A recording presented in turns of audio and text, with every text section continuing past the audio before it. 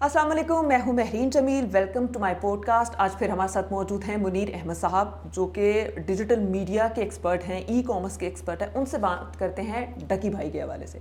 डकी भाई के ऊपर बहुत सारे इल्ज़ाम हैं मुनीर साहब, और फिर उन लोगों का मौक़िफ़ ये है कि इन्हें फंसाया गया है डिजिटल मार्केटिंग की वजह से, कि उन्होंने प्रमोशन कर दी किसी ऐप की, मुकदमा भी दर्ज है, 4 दिन का रिमांड भी मिल गया है। क्या मामला है, क्या हो रहा है? देखिए, इस पे तो मैं समझता हूँ कि डकी खुद ही बेहतर आंसर कर पाएगा कि उसको फंसाया गया है या वो फंसा है जानबूझ के या उसने खुद से किया है। ये तो वो खुद ही बेहतर अपना मौक़िफ़ बता सकता है या उसकी फैमिली को अगर मालूम है।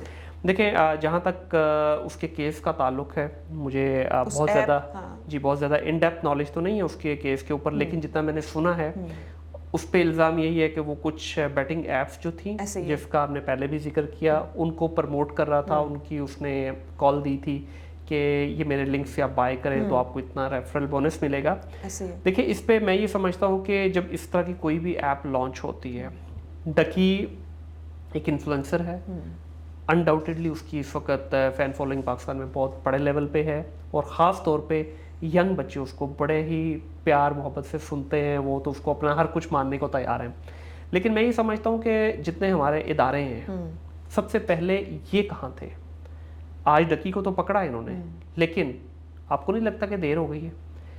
हज़ारों लाखों बच्चा जब इस तरफ लग गया है, अब आप उसको पकड़ते हैं। वही मैं कह रहा हूँ ना कि इदारा उस वक्त कहाँ था जब आपके मुल्क के अंदर ये ऐप का काम शुरू हुआ, इसकी इनॉग्रेशन हुई, इसकी लॉन्चिंग हुई। ना सिर्फ लॉन्चिंग हुई, आपकी पाकिस्तान टीम जो कि ग्लोबल लेवल पे देखी जाती है ना, पाकिस्तान क्रिकेट टीम इस वक्त दुनिया की बेस्ट टीमों में से है, उनकी जर्सियों के ऊपर जब आपने ये चिपका दिया तो उस वक्त इदारे कहाँ थे?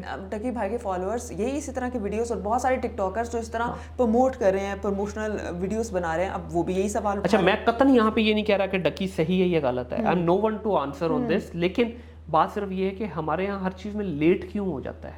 अच्छा, इसमें मेरा एक सवाल है। अब डकी भाई वाला टॉपिक तो चले हैं, ठीक है, वो गलत है या सही है, वो तो हम यहाँ हुकूमत बात में इदारे डिसाइड करेंगे। अब ये बाइनरी एप्स और बिटकॉइन या फिर ये जो बेट्स वाली साइट्स है, ये क्या फ़र्क है? किस तरह इनसे बचा जाए? कहाँ काम किया जाए, कहाँ ना किया जाए? अच्छा, ये तीनों अलग अलग चीज़ें हैं, ठीक है। सबसे पहले तो बैटिंग ऐप का वो तो स्ट्रेट अवे, मतलब सीधा सीधा जुआ है ना, आप सट्टा खेल रहे हैं। वो कैसे पता चलेगा जुआ है? मेरे जैसा बंदा जिसे पता ही नहीं है, मेरे पास लिंक आया कि आप पैसे लगाएं और ये होगा। आप एक काम करें ना, अभी जब आपका नेक्स्ट पे आउट आएगा ना, तो $500 लगाइए आप, ठीक है। जब वो आप हारेंगे, जिस तरह मैंने पिछले पॉडकास्ट के सेशन में आपको बताया कि एक जीतता है तो दूसरा हारता है। अब हमारी एग्जांपल ले लें, लेट्स से 500 आपने लगाया, 500 मैंने लगाया। ऐसा नहीं हो सकता कि आप भी हार जाएं और मैं भी हार जाऊं। ऐसा नहीं हो सकता आप भी जीत जाएं मैं भी जीत जाऊं। इसका मैकेनिज्म ये है कि आप जीतेंगी तो मेरी हार होगी, मैं जीतूंगा तो आपकी हार होगी। अब इसके बीच में जो इन लोगों को मिलता है, वो रेफरल बोनस मिलता है। डिपेंडिंग अपॉन योर पॉपुलैरिटी, वो 20% से लेके 80% तक जो मैंने सुना है वो होता है। वो जितना भी आपके साथ उसकी डील हो, अब लेट्स से आप 500 हारी, ठीक है, वो 500 आप हारी, उसका कुछ परसेंटेज तो मुझे आ गया, बाकी कुछ उनको रेफरल बोनस चला गया, और कुछ जो है वो चला जाएगा कंपनी को जो ऐप चला रही है। तो इस तरह से इसका मैकेनिज्म चलता है। अब आ जाते हैं बाइनरी के ऊपर। बाइनरी के ऊपर अभी जितना मुझे पता है, क्योंकि मैं ज़ाहिर है उसको डायरेक्टली फॉलो नहीं करता, बाइनरी वाले थोड़ा सा ये क्लेम करते हैं कि देखें, अगर ये जुआ है, उन पे भी ये इल्ज़ाम लगाया जाता है कि ये भी बैटिंग है या जुआ है। वो ये इसको क्लेम करते हैं कि भाई देखें, अगर ये जुआ है या ये सट्टे का नाम आप इसको दे रहे हैं या ये इसके पीछे कोई बेसिस मौजूद नहीं है, तो हम, अब बहुत सारे ग्रुप ऐसे हैं या बहुत सारे लोग ऐसे हैं जो क्लेम करते हैं जी हमारी 85 से 95% तक एक्यूरेसी है सिग्नल्स की जो ये देते हैं, जो ट्रेड करवाते हैं। यहाँ पे थोड़ा सा अक्ल मानती है इस चीज को कि देखें, अगर ये वाकई सट्टा है तो फिर तो लक बेस हो गया ना, ठीक है। फिर तो आपकी लक डेली तो 85% नहीं हो सकती, कभी जीतोगे कभी हारोगे। अगर वो 80% या 85% या 90% जो वो क्लेम कर रहे हैं, अगर वो उस एक्यूरेसी को मेंटेन कर रहे हैं, तो दैट इज समथिंग जहाँ पे हमें सोचने पे अकल जो है ना मजबूर करती है कि भाई कुछ तो है इसमें टेक्निकल, जिसको उन्होंने पकड़ा हुआ है, या जिस उस मैकेनिज्म को वो कहते हैं कि हम टेक्निकल एनालिसिस करते हैं, जिस तरह हम क्रिप्टो में या फॉरेक्स में या स्टॉक एक्सचेंज में करते हैं, वो कहते हैं हम वही करते हैं।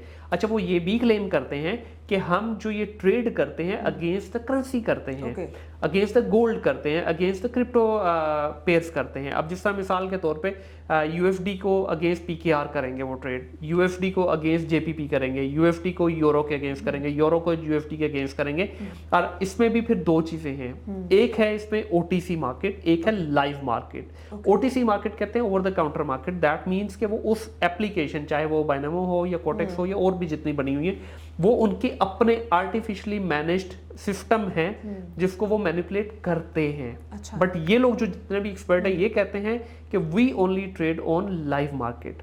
अब लाइव क्या है कि stock, US stock exchange, New York stock exchange open हुई, उसमें पूरी दुनिया के अंदर मुख्तलिफ प्लेटफॉर्म पे वो ट्रेडिंग हो रही है, वो कहते हैं हम भी वही ट्रेडिंग करते हैं। ओके।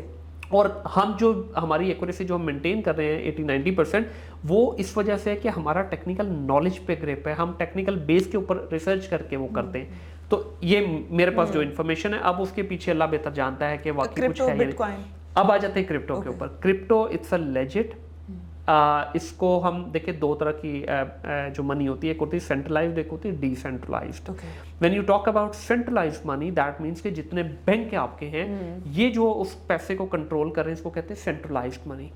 अब क्रिप्टो के अंदर no one is controlling the money, इसका कोई मालिक नहीं है, इसको कोई भी क्रिप्टो का, क्रिप्टो की बात कर रहा हूँ, किसी कॉइन की बात नहीं कर रहा। इसको रेगुलाइज इस तरह से किया जाता है कि मुख्तलिफ दुनिया के अंदर जो डेवलपर्स हैं उसकी मुख्तलिफ ब्लॉकचेन पे इसको बनाते हैं और उसके अगेंस्ट ये बनता है। अब जिस तरह बिटकॉइन है, ठीक है, बिटकॉइन का कोई एक बंदा उसका मालिक नहीं है, ठीक है, सतोशी ने उसको किया था लेकिन उसके साथ लिंक किया जाता है, तो उसका कोई मालिक नहीं। आपके पास अगर बिटकॉइन के कुछ अमाउंट पड़ी तो आप भी उसकी मालिक है, मेरे पास पड़ी तो मैं भी हूँ। और उसको ये मुख्तलिफ एक्सचेंज के थ्रू, दुनिया की बड़ी बड़ी एक्सचेंज बनी है, जिस तरह सेंट्रलाइज मनी को बैंक कंट्रोल करते हैं और उनके ऊपर सेंट्रल बैंक होता है, इसको ब्लॉकचेन एक टेक्नोलॉजी है वो इसको कंट्रोल करती है और इसके ऊपर उस ब्लॉकचेन में कोई भी हो सकता है, आप भी उसकी कंट्रीब्यूटर हो सकती है, मैं भी हो सकता हूँ, उस पर कोई पाबंदी नहीं है। फिर ये एक्सचेंज जो है ये आपको फैसिलिटेट करती है to trade in those coins, ये उसका है और ये प्रॉपर एक लेजिट है। हाँ, इसमें फिर आगे फर्दर बहुत डिटेल में चीज़ें आ जाती हैं कि आप किस तरह से ट्रेड कर रहे हो, हलाल भी इसमें आता है, हराम भी आ जाता है इसमें। इस पे एक आता है स्पॉट, मैं स्पॉट करता हूँ बेसिकली। स्पॉट में मैं इन्वेस्टर हूँ, मैं ट्रेडर नहीं हूँ। फिर इसमें बहुत लंबी पॉडकास्ट चली जाएगी आपकी, इसमें ट्रेडर भी आता है, इसमें फिर स्कैल्पर भी आता है, फिर डे ट्रेडर आता है, स्विंग ट्रेडर आता है इसमें, फिर इन्वेस्टर आता है इसमें, ये सारी चीज़ें इसमें आती हैं। फिर एक इसमें मॉडल है जिसमें आपको मुख्तलिफ लोगों के स्क्रीनशॉट्स नजर आते हैं कि रातों रात करोड़ों रुपया कमा लिया, 500%, 800% कमा लिया, 2000% कमा लिया, वो है बेसिकली फ्यूचर में करते हैं। तो as of today, जितना मुझे पता है, I'm not a scholar, I'm not a right person to comment on this, but as I know, as of today, that's not permitted in Islam, वो हराम है, ठीक है। But again I am saying कि मैं यहाँ डिस्क्लेमर दे रहा हूँ, मैं कोई मौलवी नहीं हूँ, आपने करना है आप करें, आपकी अपनी मर्जी है। उसमें आपका जो रातों रात आप सुनती भी होंगी जी करोड़ों रुपया नुकसान हो गया, ठीक है, आपका 10 लाख लगाया था, सुबह 10 लाख लगाया था, रात को 0 हो गया, वो फ्यूचर में होता है। स्पॉट में कभी भी आपके साथ ऐसा नहीं हो सकता अनटिल अनलेस आपने को बिल्कुल ही कोई नशा ना किया हो आपने, ठीक है। तो ये है सही। बहुत शुक्रिया। तो आज की इस पॉडकास्ट से उम्मीद है कि आपको समझ आ गई होगी कि डकी भाई की तरह आपने भी कोई गलती नहीं करनी, इस तरह की वेबसाइट जहाँ जुआ होता है वहाँ पर इन्वेस्ट नहीं करना और कुछ गड़बड़ नहीं करनी, वरना फिर वही हाल होगा डकी भाई जैसा।